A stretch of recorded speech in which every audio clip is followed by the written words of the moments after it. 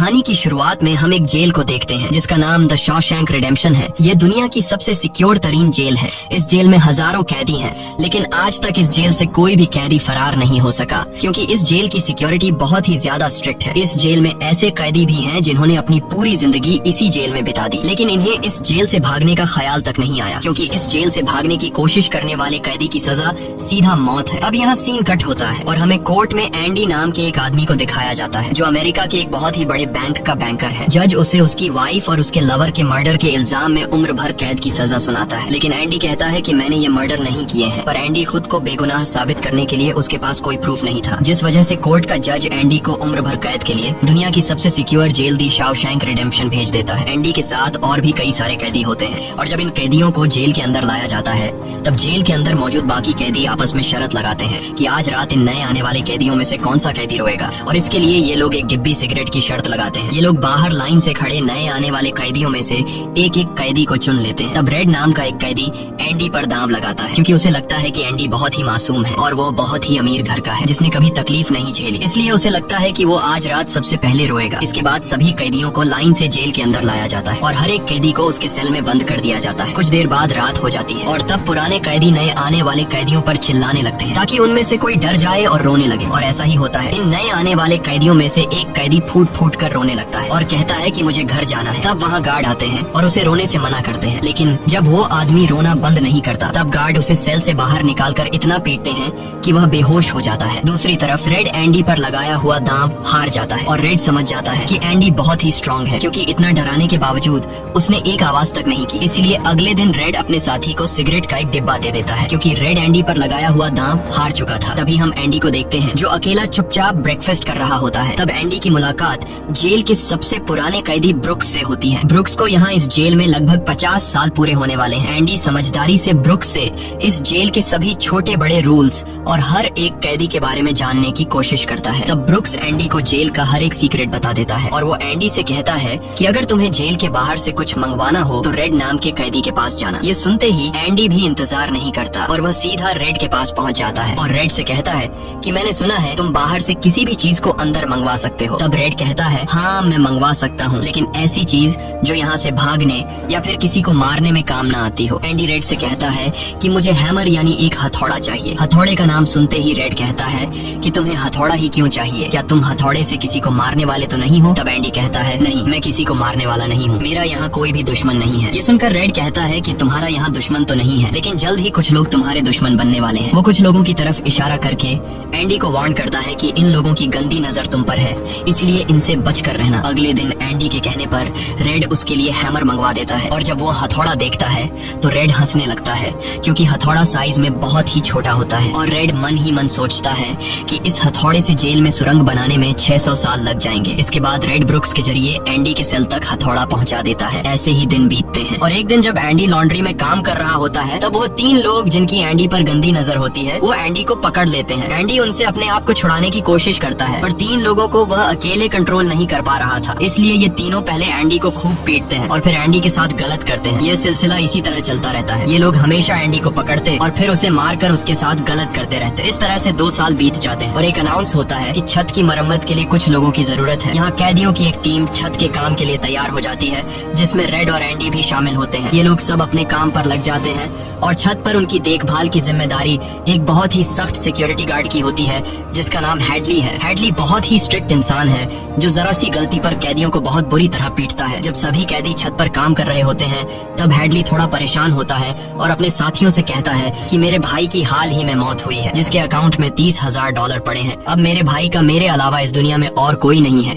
इसलिए उसके पैसे पर मेरा हक बनता है। लेकिन परेशानी की बात यह है कि जब मैं इन $30,000 को अपने अकाउंट में ट्रांसफर करूंगा तब सरकार मुझसे टैक्स के रूप में सारे पैसे ले लेगी। हैडली जब अपने साथियों से यह बातें कर रहा था तब एंडी भी इसकी सारी बातें सुन लेता है। एंडी जो कि एक बहुत बड़ा बैंकर है, उसे पता था कि इन पैसों को बिना गवर्नमेंट को टैक्स दिए कैसे निकाला जा सकता है।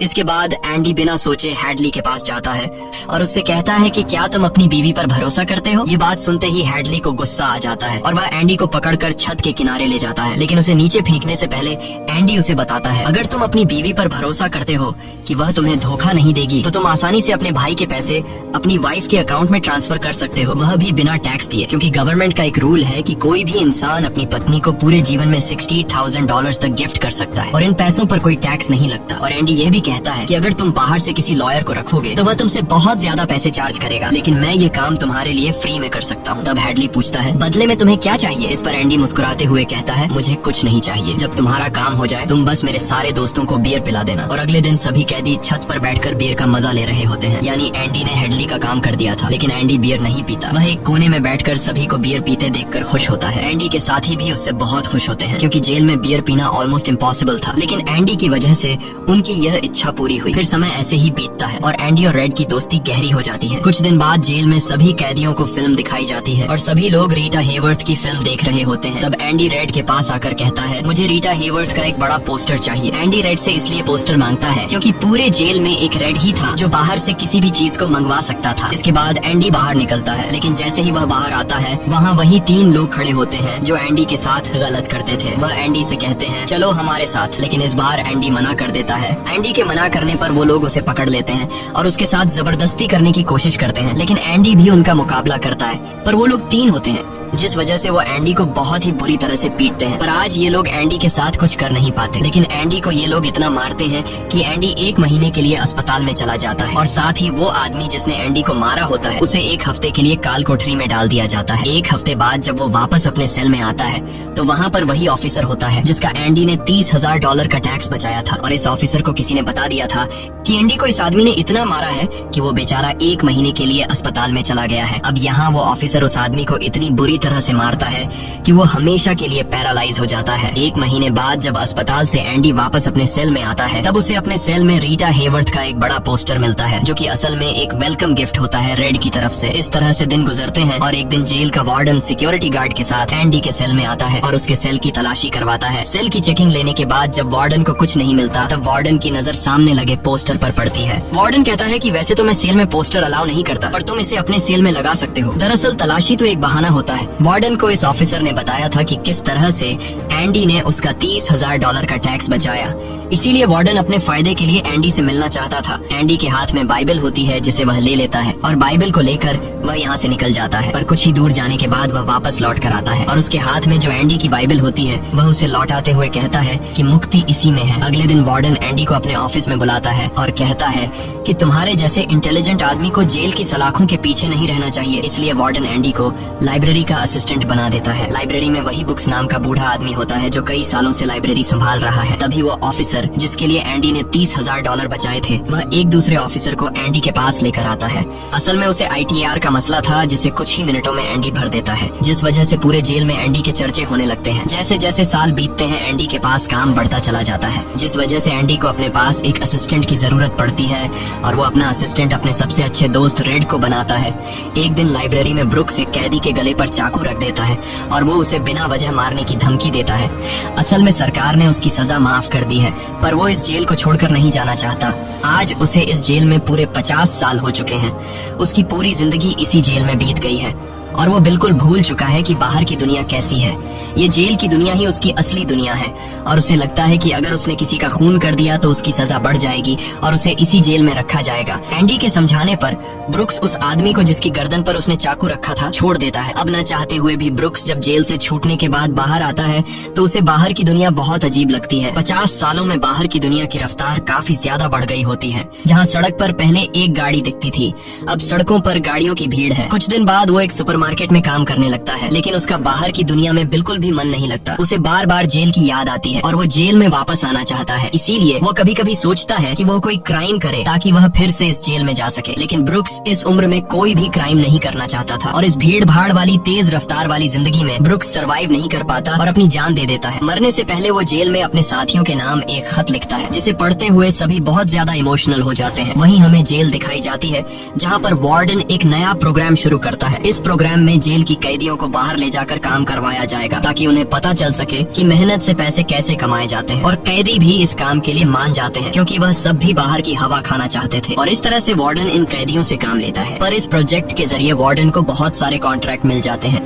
क्योंकि जेल के कैदियों की लेबर बहुत सस्ती होती है और जो बाहर की लोकल कंस्ट्रक्शन लेबर की टीम होती है उन्हें कहीं पर भी काम नहीं मिलता, क्योंकि वार्डन उनका काम आधी कीमत पर अपने कैदियों से करवाता है। और वार्डन आधी कीमत पर काम इसलिए करता है क्योंकि कैदी कोई लेबर तो थे नहीं जिनको वार्डन दिहाड़ी दे पाता, इसलिए वार्डन फ्री में कैदियों से काम करवाकर बहुत सारा पैसा कमाने लगता है और उसका यह पैसा ब्लैक का होता है। लेकिन एंडी एक बैंकर होने की वजह से वार्डन का सारा ब्लैक मनी व्हाइट में बदल देता है। दरअसल एंडी इन पैसों को एक ऐसे आदमी के नाम पर जमा करता है जो इस दुनिया में है ही नहीं, और वह उसके अकाउंट में सारा पैसा ट्रांसफर कर देता है ताकि अगर कल को पुलिस को पता भी चल जाए तो पुलिस एक ऐसे आदमी को ढूंढ रही होगी जो इस दुनिया में कभी पैदा ही नहीं हुआ। अब यहाँ जेल में एक नया कैदी आता है जिसका नाम टॉमी है। टॉमी बहुत यंग होता है और वह इस छोटी सी उम्र में कई सारी जेलों में जा चुका है। टॉमी एक बहुत ही फ्रेंडली नेचर का था, इसलिए उसकी जल्द ही जेल में बहुत से कैदियों से दोस्ती हो जाती है। एक दिन खाने की टेबल पर टॉमी सबसे कहता है कि मैं पिछले कई सालों से चोरी कर रहा हूँ, इसलिए मैं यहाँ की कई सारी जेलों में जा चुका हूँ और इस बार भी मैं चोरी की वजह से इस जेल में आया हूँ। टॉमी की बात सुनते हुए एंडी उसे कहता है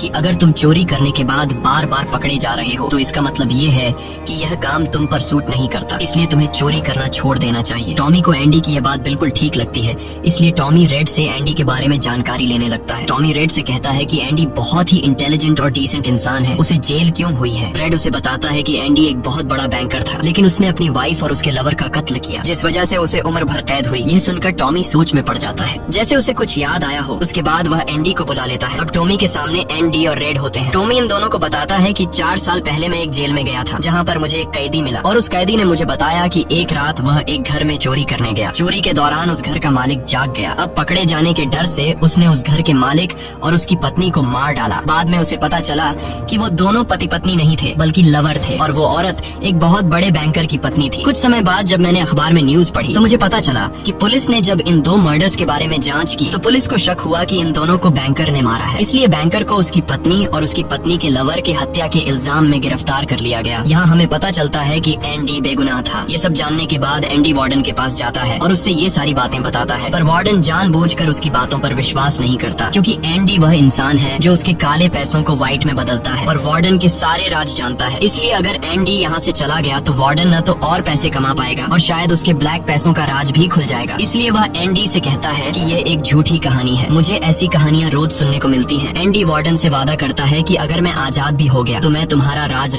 ही रखूंगा, लेकिन वार्डन एंडी की कोई भी बात नहीं सुनता। यह देखकर एंडी को बहुत गुस्सा आता है कि मैंने इस आदमी की इतनी मदद की लेकिन आज बेगुनाह होने के बावजूद भी मुझे यह बाहर नहीं जाने दे रहा, इसलिए एंडी वार्डन पर चिल्ला पड़ता है। तब वार्डन एंडी को 1 महीने के लिए काल कोठरी में डाल देता है और उसके बाद वह सीधे टॉमी के पास जाता है और वार्डन टॉमी से पूछता है कि क्या तुमने जो बातें एंडी को बताई हैं वह सारी सच है। टॉमी कहता है हाँ ये बिल्कुल सच है। इसके बाद वह टॉमी से कहता है कि क्या अगर तुम्हें कोर्ट में बुलाया जाए तो तुम कोर्ट में इस बात की गवाही दे सकते हो। तब टॉमी कहता है हाँ मैं इसके लिए तैयार हूँ। ये सुनते ही वार्डन ऊपर गार्ड को इशारा करता है और वह गार्ड टॉमी को गोलियों से छलनी कर देता है।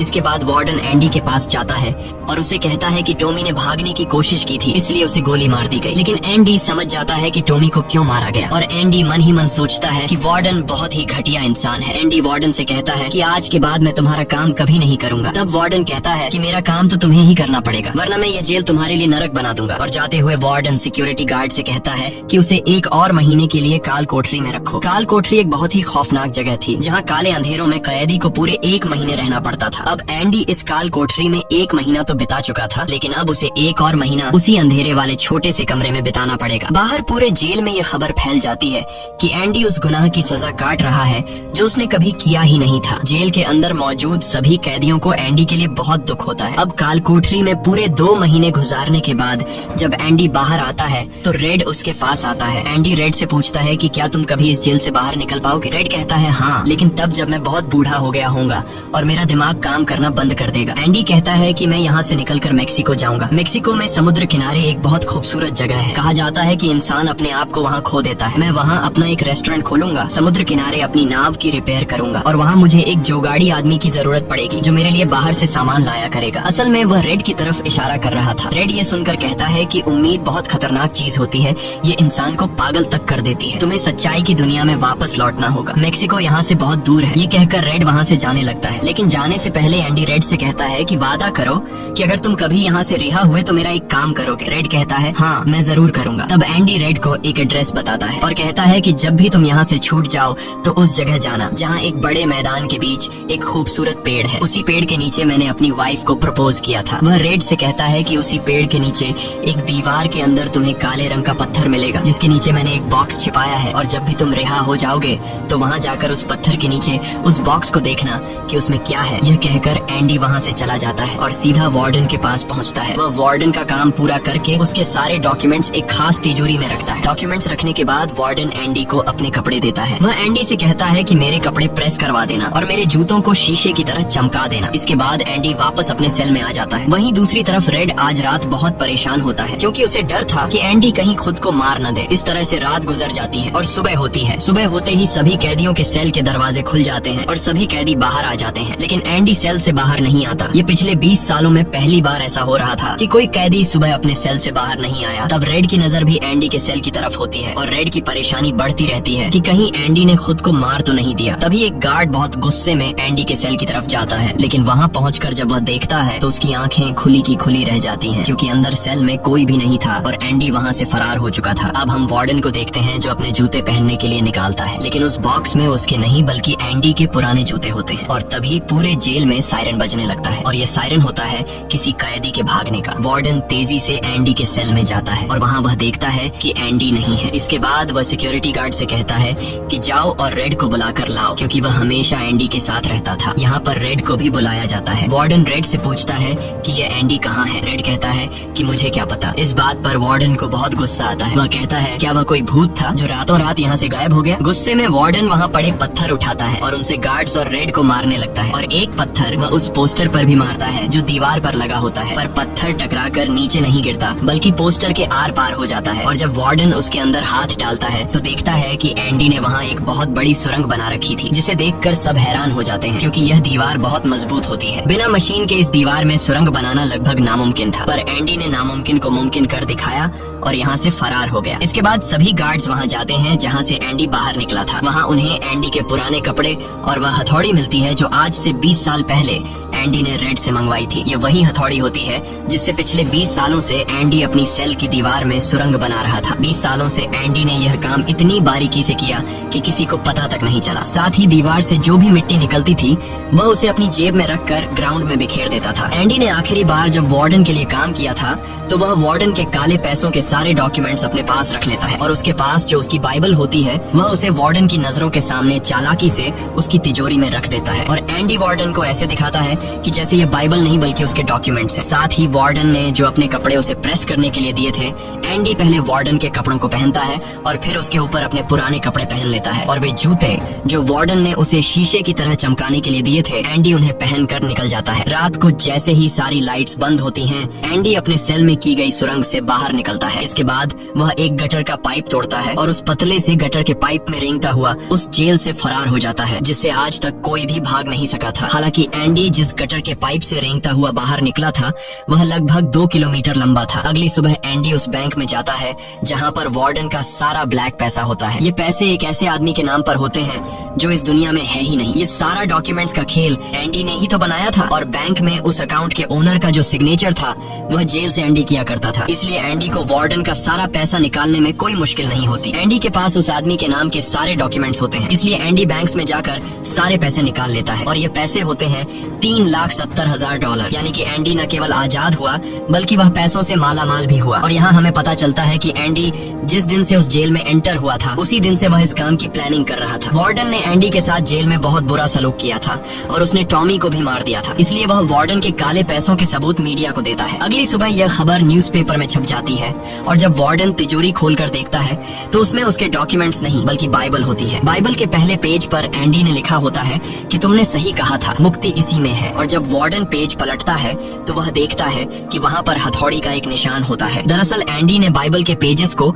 हथौड़ी की शेप में काटकर एक सांचा बनाया हुआ था, जिसके अंदर वह अपनी हथौड़ी छिपाया करता था। और आज से 20 साल पहले जब वार्डन पहली बार एंडी की सेल में गया था और उसने एंडी की बाइबल उसके हाथ से लेकर वापस उसे लौटा दी थी, उस समय भी वह हथौड़ी उसी बाइबल के अंदर थी। यह देखकर वार्डन को एक बहुत बड़ा झटका लगता है। दूसरी तरफ वार्डन के काले पैसों की खबर पूरे शहर में फैल चुकी थी, इसलिए जेल के बाहर रिपोर्टर्स और पुलिस वार्डन को गिरफ्तार करने के लिए आ रही होती है। और इससे पहले कि पुलिस उसे गिरफ्तार करती, वार्डन अपने आप को गोली मार देता है। कुछ समय बीतने के बाद एंडी के दोस्त रेड की सजा भी माफ कर दी जाती है और उसे गवर्नमेंट की तरफ से एक नौकरी भी दिलाई जाती है। पर बाहर की दुनिया में रेड का दिल बिल्कुल नहीं लगता, क्योंकि उसने अपनी जिंदगी के 40 साल जेल में गुजारे थे। रेड भी उसी कमरे में रहता है जहाँ पर ब्रुक्स रहा करता था और रेड भी अपनी जान देना चाहता है। पर तभी उसे याद आता है कि उसने एंडी से वादा किया था। इसके बाद वह उस जगह के लिए गाड़ी में रवाना हो जाता है और वह उस बड़े घास के मैदान में जाता है जहाँ पर एक बहुत बड़ा पेड़ होता है। साथ ही पत्थरों की दीवार भी होती है। उस दीवार पर एक काले रंग का पत्थर होता है और जब वह उस पत्थर को उठाता है